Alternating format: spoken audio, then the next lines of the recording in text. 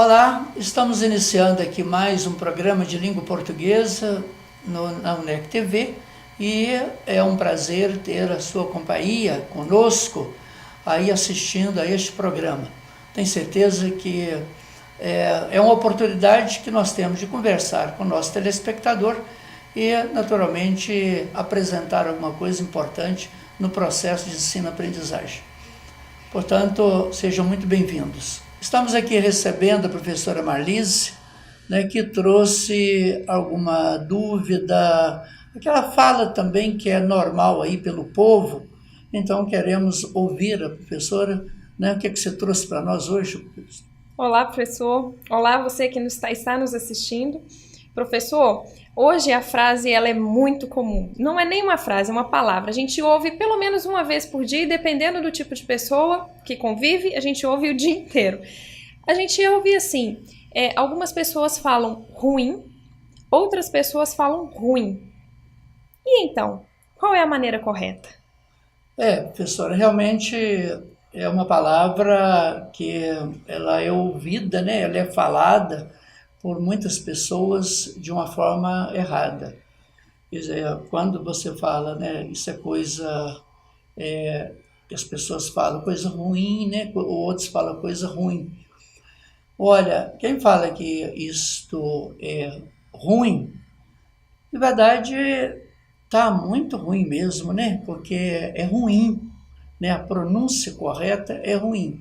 E uma coisa muito curiosa nessa palavra que nós percebemos, como a tonicidade, ou seja, a sílaba mais forte dessa palavra é a última, é o I e o M, então ruim, parece que a palavra já é tão ruim que essa tonicidade caiu sobre a segunda sílaba, até para intensificar o valor dessa coisa sendo negativo.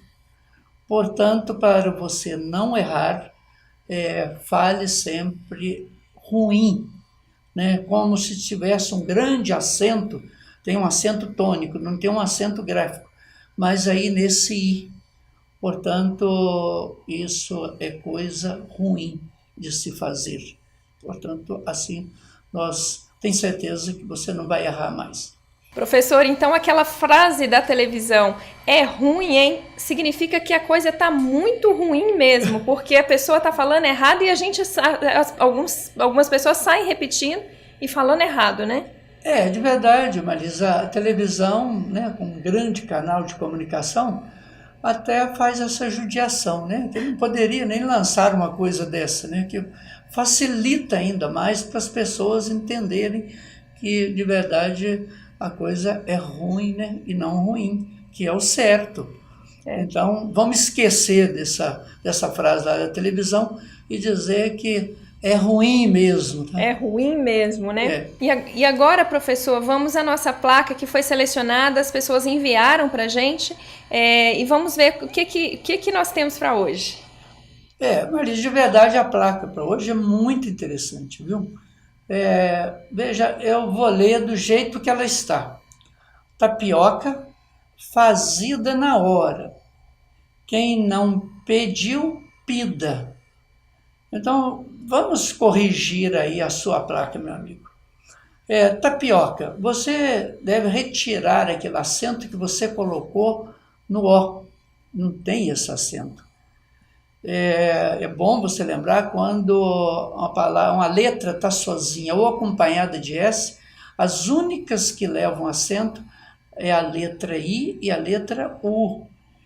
Você vê, por exemplo, saída, caíste, saúde, aí sim, você mais tapioca não tem acento, aí nesse O, retira.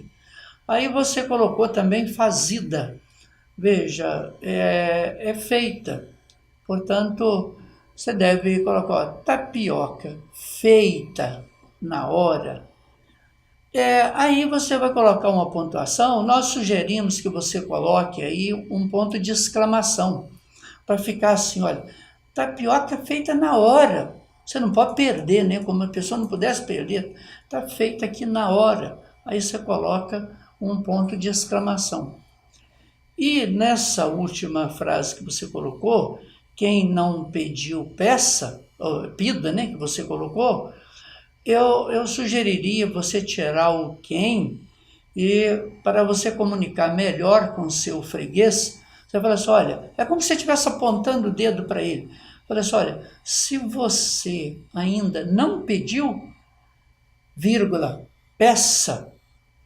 Se você ainda não pediu, peça. E também coloca aí um ponto de exclamação, e aí a sua frase fica muito boa, tenho certeza que você vai vender mais tapioca, viu? Que aí fica uma frase muito bem feita, repetindo, tapioca feita na hora, exclamação, e se você ainda não pediu, vírgula, peça. Põe também aí um ponto de exclamação e bom negócio para você.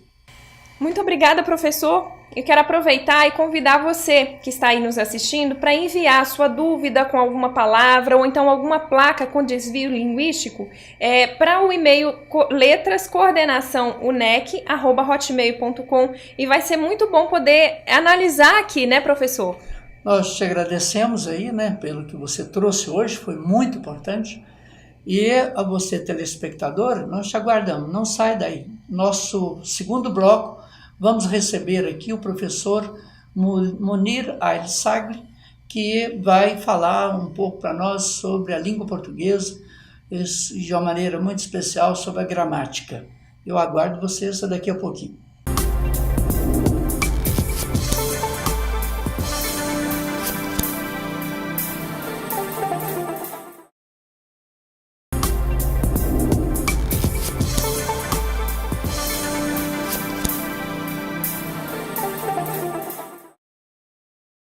Dando continuidade ao nosso programa de língua portuguesa, aqui na UNEC TV, hoje nós temos o prazer aqui de receber o professor Munir. Seja bem-vindo, professor. Muito obrigado, mestre Antônio. Meus cumprimentos a todos os telespectadores da TV UNEC. E é um prazer imenso estar aqui, especialmente para falar de um assunto que foi a minha luta diária, que é a gramática da língua portuguesa. Então, antes aí do professor Munir começar a falar a respeito da gramática, nós queremos apresentar aqui, de verdade, o professor Munir é autor de gramática e também no livro de história de Caratinga. Então, nós consideramos o professor Munir como um grande conhecedor da língua portuguesa. Ele tem um zelo muito especial por aquilo que fala, um cuidado, né, com a língua portuguesa. Isso, além disso, o professor é advogado e também foi aquele que nos deu a honra de iniciar a instituição que nós hoje temos a honra de dirigir, que é, na época, a Faculdade de Filosofia, Ciência e Letras de Caratinga, né, já ligada à Fundação Educacional. Então, para nós é uma satisfação poder estar recebendo aqui o professor Munir. E hoje nós gostaríamos assim de ouvir o professor Munir, ele como um cuidadoso aí da língua, gostaria de ouvir dele, né, que o papel da gramática no processo de ensino-aprendizagem, isso tem sido assim suficiente para a aprendizagem ou não? Como que né, professor Munir, como você vê isso hoje aí nas escolas com a sua larga experiência? Eu vou colocar dois tempos, o passado e o presente, porque no passado a gente estudava e ensinava a gramática normativa, que era aquela que dava a base para uma perfeita fala. A gramática trazia todas as regras e a estrutura da língua, que é sujeito, predicado e complemento, e com o tempo foi desaparecendo o estudo da gramática, surgindo a interpretação de texto. Nunca me agradou a interpretação de texto, porque era muito pessoal. Uma coisa que pode ser sim para mim, pode ser não para você. Então, eu continuei com o meu trabalho de gramática e preferi, então, me dedicar a escrever histórias. Já escrevi 13 livros, dos quais 2 são gramáticas. Então, a primeira edição e segunda modificada. Estou com a terceira semi-pronta para lançar nesses 30 a 60 dias no máximo, que é mais moderna, com a nova ortografia. Acho que quem não estuda gramática não aprende português. É preciso voltar a ensinar a gramática das escolas, e com afinco, com muita vontade, e que tenha um professor que agrade daquele conteúdo, porque não adianta estar como o boi que vai para o matadouro. É preciso que vá de boa vontade e ensine. Eu coloquei na gramática a forma mais simples de aprender. Por isso, acho que quem tiver uma gramática, por menor que seja, como essa que eu elaborei, aprendendo o que está ali, ele sabe a língua portuguesa. Não precisa de uma gramática de 400 páginas, porque muita coisa é obsoleta, muita coisa apenas enche páginas. E por isso eu gosto mais da gramática, procuro, nas correções que faço de texto de muitos autores de Caratinga, eu procuro ver sempre a regência, a concordância, a acentuação gráfica. Não me preocupa muito o conteúdo, mas às vezes eu opino também no conteúdo. Agora é muito curioso, né, professor, que nós, como estudamos aí no passado, o estudo da gramática também era muito decorado, né? A gente tinha que saber, às vezes, o que era sujeito, o que é preposição, e às vezes aquela definição, e às vezes também a gente não aprendia bem, porque você decorava, né? Perguntava a gente, quais são as preposições? Aí, rapidamente, antes, após, até, com conta de Deus, durante, conforme, consoante, né? Isso aí, agora, né? Empregar isso é outra história, né? Exatamente. Eu procuro estudar exatamente as regras sem a preocupação da decoreba. Eu prefiro dar dicas ao aluno de como aprender, porque ele sai aprendido, ele sai sabendo, ele não sai pensando num elenco de palavras que ele tem de decorar. E modernizei meu modo, porque eu aprendi do modo tradicional, nesse de decorar. Nunca fui muito fã da língua portuguesa, tanto é que iniciei minha vida lecionando inglês, até que descobri que o aluno não sabia português, não adiantava eu ensinar inglês. Passei a lecionar então português, me agradou muito, passei a gostar, e hoje, modéstia à parte, sou respeitado no exercício do magistério da gramática. Quem não sabe gramática não sabe língua portuguesa. A gente fica até assim, preocupado, né, com uma afirmação assim tão categórica, né, sua. Quem não sabe gramática não sabe língua portuguesa. Isso, de verdade, assim, a gramática como esse conjunto de regras que a pessoa tem que conhecer para a utilização, realmente tem que se pensar nisso, né? Que precisa conhecer a gramática. Não conhecer no sentido de decorar.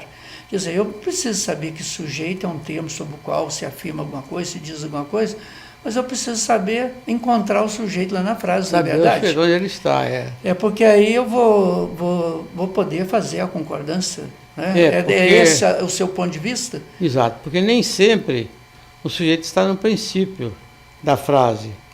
Por exemplo, o hino nacional brasileiro começa: ouviram do Ipiranga as margens plácidas.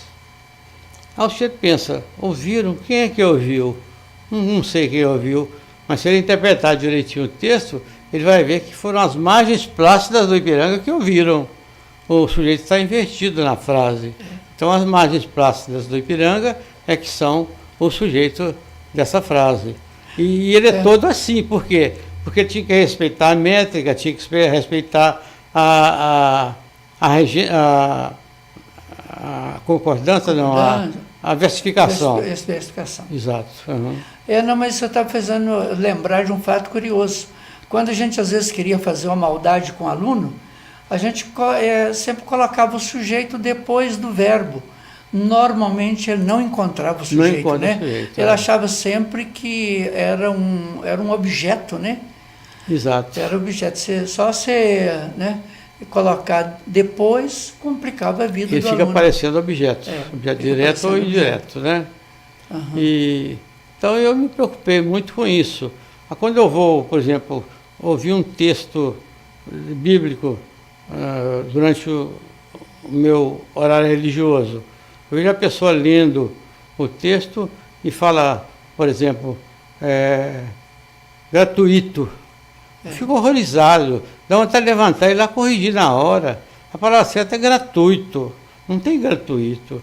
Quando você vê na televisão, pessoa famosa na televisão fala, se eu tivesse pego. Pego é presente, é se eu tivesse pego. Você vê o outro falando, eu vou ir. Eu não tenho eu vou ir. Eu vou ir é o verbo repetido. Ir é verbo vou e verbo ir. Então, eu irei. Por que não uso o futuro? O futuro, né? Não é? Então, essas coisas incomodam quem tem conhecimento de gramática. Incomodam muito. E o famoso eu peguei e falei, hein?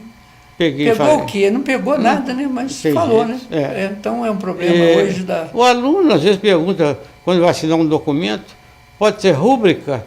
Pô, gente, a palavra é rubrica. Não tem acento no U, porque a palavra, para ser rúbrica, ela seria proparoxítona. E toda proparoxítona é acentuada graficamente. Se não tem acento, não posso pronunciar aquele U forte. Só Munir, o nosso tempo está terminando, mas eu quero agradecer muito pela presença e pela sua participação aqui na UNEC TV. Eu que agradeço, a oportunidade de aqui estar discutindo um assunto que muito me agrada, que é sobre a língua portuguesa, que foi sempre o meu ganha-pão. Foi com a língua portuguesa que eu criei família. De forma que eu sugiro a todo aquele estudante que se dedique um pouco mais ao conhecimento da língua. Quem dera que nós pudéssemos ter um programa de horas para a gente tratar dos assuntos específicos, dos erros mais comuns apresentados, mas você já tem o seu programa aqui tantas vezes por semana que deve discutir esse assunto. Muito obrigado e que Deus abençoe essa emissora e abençoe todos vocês. Mas nós queremos agradecer muito pela sua presença aqui, pela explanação, pelo conhecimento que eu tenho e que, né, é levado ao público. Então, muito obrigado mesmo. E todos os telespectadores, nós agradecemos e até o nosso próximo programa, se Deus assim nos permitir.